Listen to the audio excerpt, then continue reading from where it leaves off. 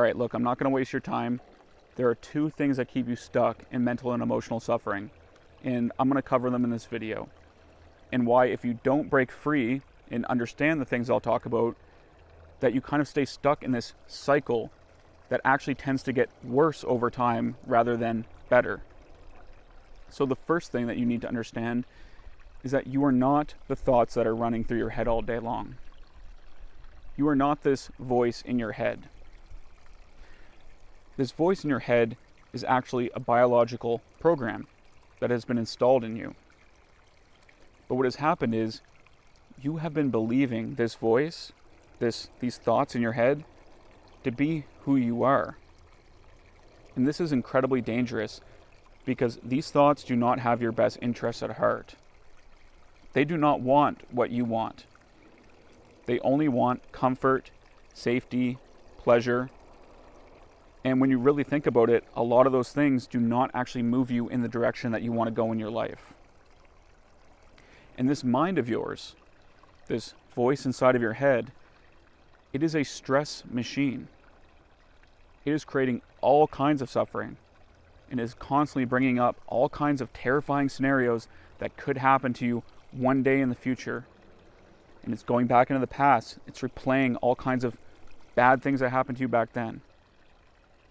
And so in this moment right now, you are letting this mind distract you and cause you suffering. And this mind, throughout time, it has built up so much momentum. And it is like a raging river. You know, if I told to you right now to quiet your mind, you'd be like, dude, it is not going to happen. Because this mind is just yapping all day long, never stopping. And so it takes an adjustment period to start to wake up from this crazy little mind of yours that is always saying all these stressful thoughts and causing you to suffer. And so the first step is to step outside of the mind and begin to observe the mind like it's just another object within your awareness. So what I mean by this is, think about seeing a tree or seeing your TV or, or looking at the clouds in the sky. You don't think that these things are you.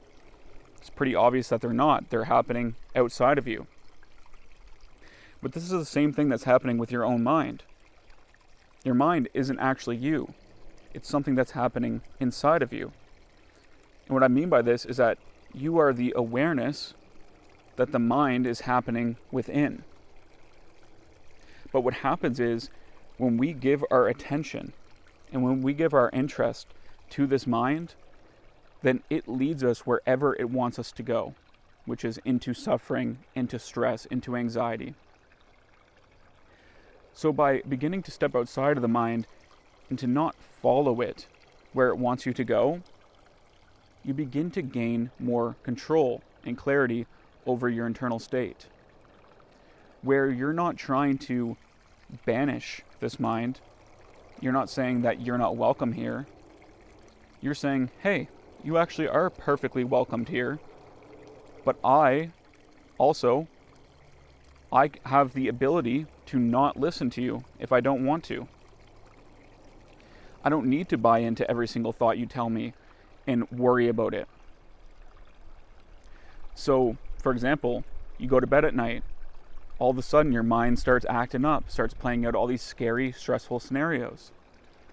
Most people think that means, oh, I gotta stop this, I gotta quiet this down so I can be at peace. But no, really, you need to treat it like a friend. Like, okay, mind, I see you there, pat it on the head, and just withdraw your attention. Withdraw your interest, your energy, your belief.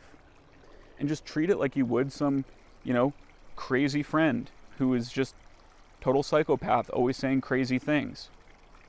Because that is what your own mind is.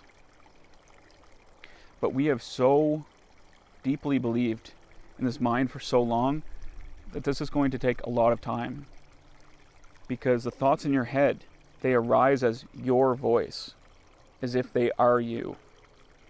And so they're very gripping, and they are very enticing and good at getting your attention. So when you start to practice this, you'll start to withdraw attention from the mind or become the observer. All of a sudden, the mind will throw up a super duper scary, dramatic thought, like, what if you get hit by a bus tomorrow? Or something really, really, attention grabbing. Because it doesn't like that you're giving your attention to the present moment, that you're not feeding it energy. Because that is the death of it. When you remove your awareness or your attention from being interested in it, and you just start to become an open, observing space, this mind begins to lose its power.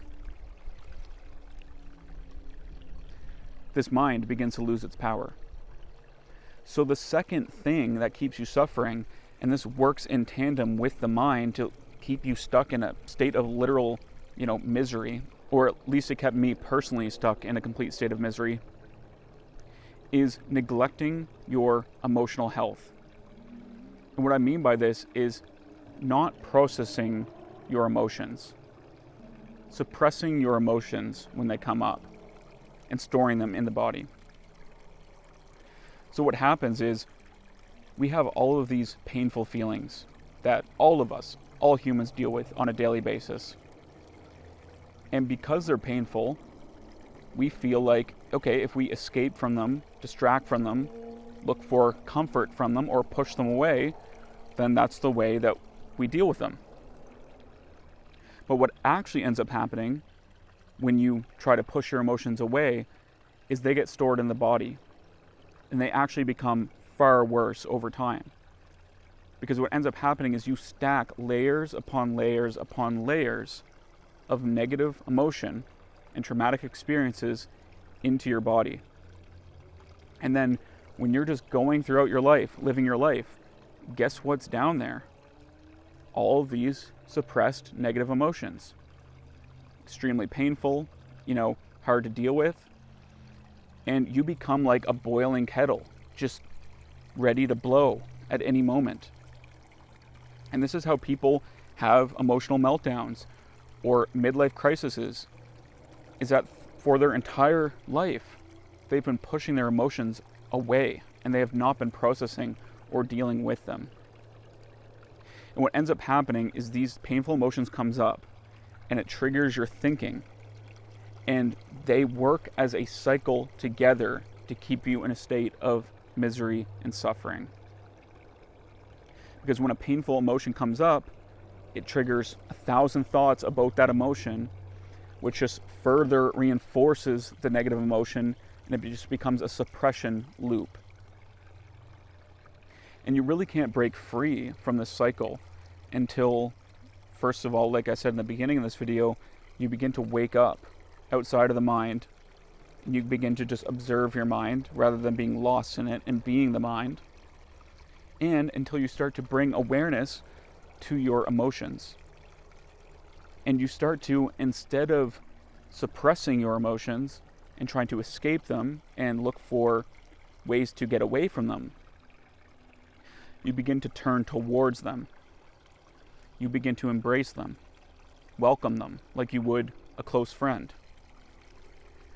All emotions is energy trying to move through the body.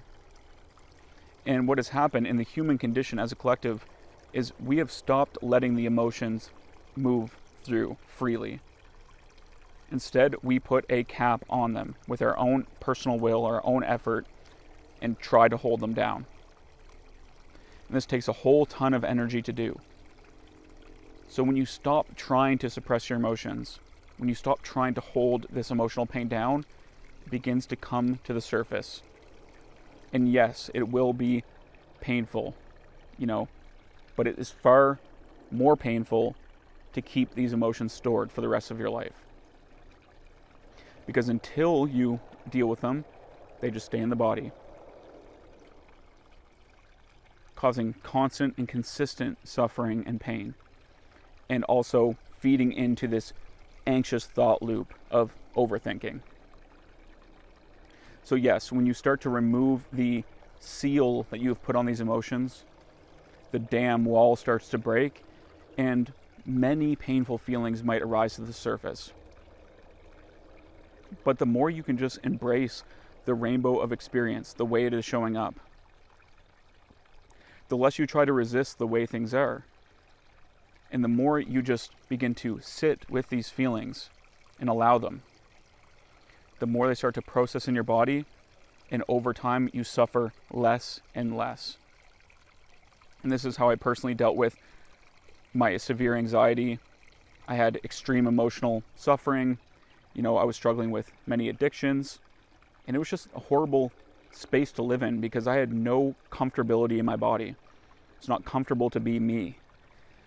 And when you look around, you see it everywhere. People who are like constantly need to be doing some kind of activity. Hope this helped.